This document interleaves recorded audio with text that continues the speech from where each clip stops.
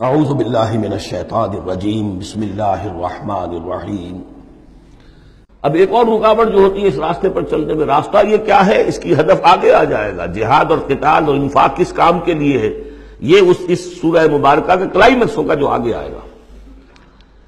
لیکن ایک اور رکاوٹ جو آتی ہے، یہ تکلیف آ جائے گی، یہ مصیبت آ جائے گی، یہ مسئلہ پیدا ہو جائے گا، یہ مشکل ہو جائے گی، یہ سارے خوف۔ وَلَنَبْلُوَنَّكُمْ بِشَيْءٍ مِّنَ الْخَوْفِ وَالْجُوعِ وَنَقْصٍ مِّنَ الْأَمْوَالِ وَالْأَنفُسِ وَالثَّمَرَاتِ لَتُبْلَوُنَّ فِي أَنفُسِكُمْ وَأَمْوَالِكُمْ وَلَتَسْمَعُنَّ مِنَ الَّذِينَ أُوتُوا الْكِتَابَ مِن قَبْلِكُمْ وَالَّذِينَ أَشْرَكُوا أَذًى كَثِيرًا۔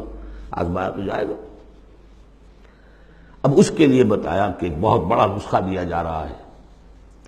مَا أَصَابَ مِن مُّصِيبَةٍ فِي الْأَرْضِ وَلَا فِي أَنفُسِكُمْ، نہیں پڑتی کوئی پڑنے والی، کوئی تکلیف، کوئی مصیبت، کوئی آزمائش، کوئی رنج دہ چیز، تکلیف دہ شے، مگر الا فی کتاب من قبل ان نبرأ، چاہے وہ مصیبت تمہاری اپنی جان پر ہو یا پوری زمین پر ہو۔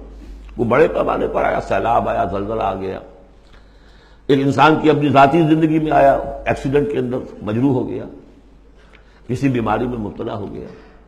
ما اصاب من مصیبت فی الارض ولا فی انفسکم الا فی کتاب من قبل ان نبرأ، وہ ایک کتاب میں درج ہے اس سے پہلے کہ ہم اسے ظاہر کریں۔ ان ذالک علی اللہ یسیر، یہ اللہ پر بہت آسان ہے۔ اللہ کا علم جو ہے اتنا محیط ہے ما کانا و ما یکون کو، کہ جو کچھ ہونا ہے اس کے علم میں تو پہلے سے موجود ہے۔ تو تم اسے بڑا عجیب سمجھو گے، بہت مشکل سمجھو گے، اللہ پر یہ آسان ہے۔ یہ بات تمہیں کیوں بتا دی گئی، اس کا ایک نتیجہ نکلنا چاہیے۔ لِكَيْ لَا تَأْسَوْا عَلَىٰ مَا فَاتَكُمْ، تم افسوس نہ کیا کرو، مایوس نہ ہو جایا کرو اس چیز پر جو تمہارے ہاتھ سے جاتی رہے۔ حوادث سے، دنیا سے کوئی چیز اگر ہاتھ سے نکل گئی، موقع ہاتھ سے نکل گیا، اب بیٹھے پچھتا رہے، پیٹ تاب کھا رہے، میں اگر اس وقت یہ کام نہ کرتا، سیدھا چلا جاتا تو میرا کام بن جاتا، یہ نہ ہوتا، اس نے یہ کام رکاوٹ نہ ڈالی ہوتی تو یہ میرا کام بن جاتا۔ سوائے وہ پیچ تاب کے کچھ حاصل نہیں، اور جسے یقین ہے کہ یہ ہونا ہی نہیں تھا، میرے لیے اللہ تعالیٰ کی طرف سے یہ شے طے نہیں تھی، بس بات ختم ہو گئی، اور اس کے میرے ہاتھ سے نکل جانے ہی میں کوئی خیر ہے۔ عسیٰ ان تحبوا شیئا وہو شر لکم وعسیٰ ان تکرہوا شیئا وہو خیر لکم واللہ یعلم وانتم لا تعلمون۔ میں تو جانتا نہیں، اللہ جانتا ہے۔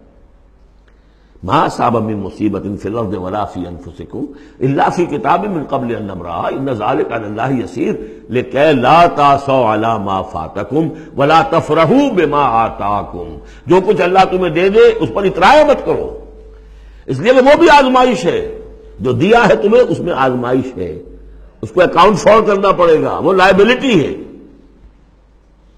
آپ کو معلوم ہے بیلنس شیٹ جب بنتی ہے تو جو کیپٹل ہوتا ہے وہ لائبلٹیز کے کھاتے میں آتا ہے۔ اتنا مال تھا تمہارے پاس، اب بتاؤ نا کیا کیا تم نے اس میں۔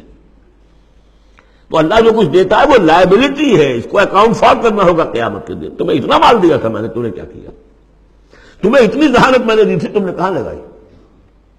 یہ صلاحیتیں میں نے دی تھی، کہاں خرچ کی؟ دنیا بنانے میں یا آخرت بنانے میں؟ باطل کے نظام کی چاکری کرنے میں؟ IMF کی سروس ہو رہی ہے، اتنے بلین روپے تنخواہ مل رہی ہے، ٹھیک ہے، چاکری کس کی ہو رہی ہے؟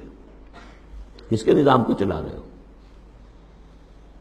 کس کی رتھ میں گھوڑے بن کر جتے ہوئے ہو؟ غور کرنے کی بات ہے۔ بڑا ہمیں فخر ہوتا ہے، فلاں شخص ورلڈ بینک کے اتنے عہدے پر پہنچ گیا، ہمارا عزیز اور ہمارا۔ کس کی چاکری ہو رہی ہے؟ لیفٹیننٹ بن گیا انگریز کی فوج میں، انگریز کی فوج میں۔ لِكَيْ لَا تَأْسَوْا عَلَىٰ مَا فَاتَكُمْ وَلَا تَفْرَحُوا بِمَا آتَاكُمْ، جو کچھ تمہارے ہاتھ سے جاتا رہے، نکل جائے، اس پر افسوس نہ کیا کرو، اور جو کچھ اللہ تمہیں دے دے اس پر اترایا نہ کرو، سوچا کرو۔ بلکہ امام احمد ابن حنبل رحمۃ اللہ علیہ کا معاملہ تو یہ ہوا تھا کہ جب وہ خلق قرآن کا مسئلہ چل رہا تھا تو جس زمانے میں کہ ان پر عتاب ہو رہا تھا حکومت کی طرف سے، جیل میں تھے، مارا جاتا تھا کہ کہو کہ قرآن مخلوق ہے، اور وہ کہنے کو تیار نہیں تھے۔ کہتے ہیں ایسی ایسی ماریں پڑی ہیں کہ ہاتھی کو بھی وہ مار پڑے تو وہ بلبلا اٹھے۔ کبھی آنکھوں میں آنسو نہیں آئے، اس کے بعد حکومت بدل گئی، اب جو نیا خلیفہ ہے اس کی رائے کچھ اور ہے، وہ اب خلق قرآن کا مسئلہ دفن ہو چکا۔ اب جو خلیفہ ہے اس کا ایلچی آیا ہے اشرفیوں کی کچھ تھیلیاں لے کر کے، یہ بادشاہ نے، خلیفہ نے آپ کے لیے بھیجی ہے۔ اب رو پڑے امام احمد بن حنبل، اے اللہ میں اس آزمائش کے قابل نہیں ہوں۔ یہ آزمائش بڑی سخت ہے۔ خطاب دے دے کر انگریزوں نے جو غداریاں کروائیں، پھر خطاب ملتے تھے نا، انگریزی مجسٹریٹ بنتے تھے، لیکن کرتے کیا تھے وہ؟ اس قوم کے اندر انگریز کی اس حکومت کو چلانے اور اس کے پاؤں مضبوط کرنے اور جمانے کی جدوجہد۔